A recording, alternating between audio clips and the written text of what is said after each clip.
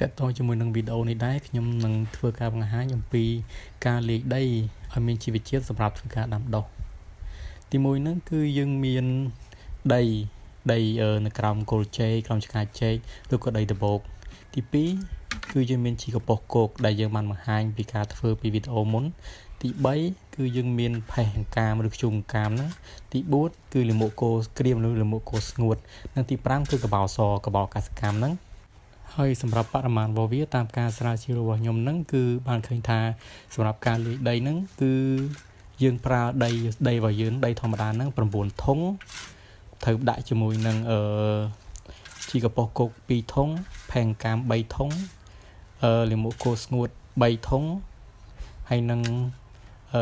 កបោសប្រហែលជាមើលចានដែកតូចហ្នឹងដើម្បីធ្វើការលាយចូលគ្នាយើងធ្វើការលាយចូលគ្នាយើងប្រើប៉ែប្រៃមកដើម្បីធ្វើការលាយចូលគ្នាឲ្យវាសព្វសាច់ទាំងអស់គ្នាអញ្ចឹងណាដើម្បីឲ្យយើងយកទៅធ្វើការដាំដុះទៅធ្វើកូនដំណាំរបស់យើងនឹងវាដុះលូតលាស់ធំល្អស្មើគ្នាហើយតាក់ទងជាមួយនឹងវិធីសាស្ត្រក្នុងការលាយដីដើម្បីធ្វើការដាំដុះហ្នឹងគឺខ្ញុំបានសាកល្បងរួចហើយគឺវាបានផលប៉ុន្មានដូចវីដេអូដែលខ្ញុំបានបង្ហាញពីមុនហ្នឹងតាក់ទងជាមួយនឹងការដាំត្រប់ការដាំសសក់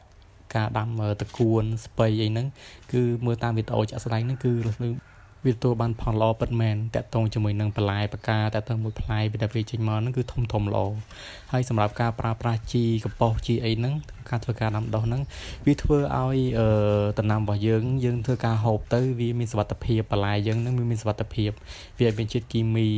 ហើយដីរបស់យើងហ្នឹងយើងប្រើជីគីមីវាធ្វើប៉ះពាល់ដល់សុខភាពដីផងប៉ះពាល់ដល់សុខភាពទាំងយើងអ្នកហូប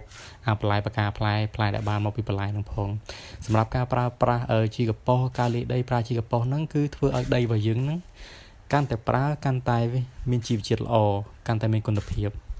ហើយខ្ញុំក៏លើកទឹកចិត្តអ្នកទាំងអស់គ្នាឲ្យយើងចូលរួមទាំងអស់គ្នាក្នុងការប្រើប្រាស់ជី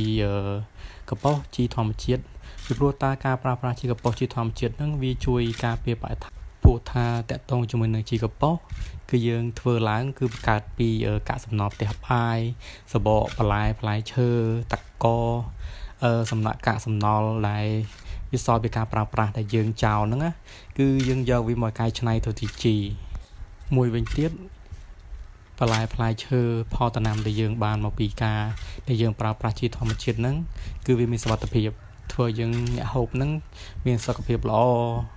មិនប៉ះពាល់ដល់សុខភាពសហគមន៍មានសោភ័ណភាពបរិស្ថានស្អាតมันមានសម្រាមมันមានក្លិនបំពុលมันមានក្លិនស្អុយតើជាមួយនឹងកាកសំណល់ដែលយើងចោល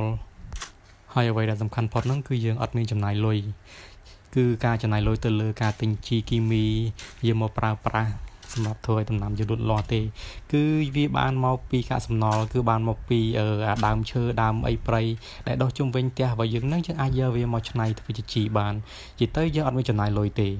នឹងហើយបងប្អូនអ្វីដែលសំខាន់ផុតគឺរឿងលុយកាក់នឹងត្មងអញ្ចឹងយើងគួរតែងាកមកប្រើប្រាស់ជីធម្មជាតិឬក៏ជីកំប៉ុស្តទាំងអស់គ្នាទៅ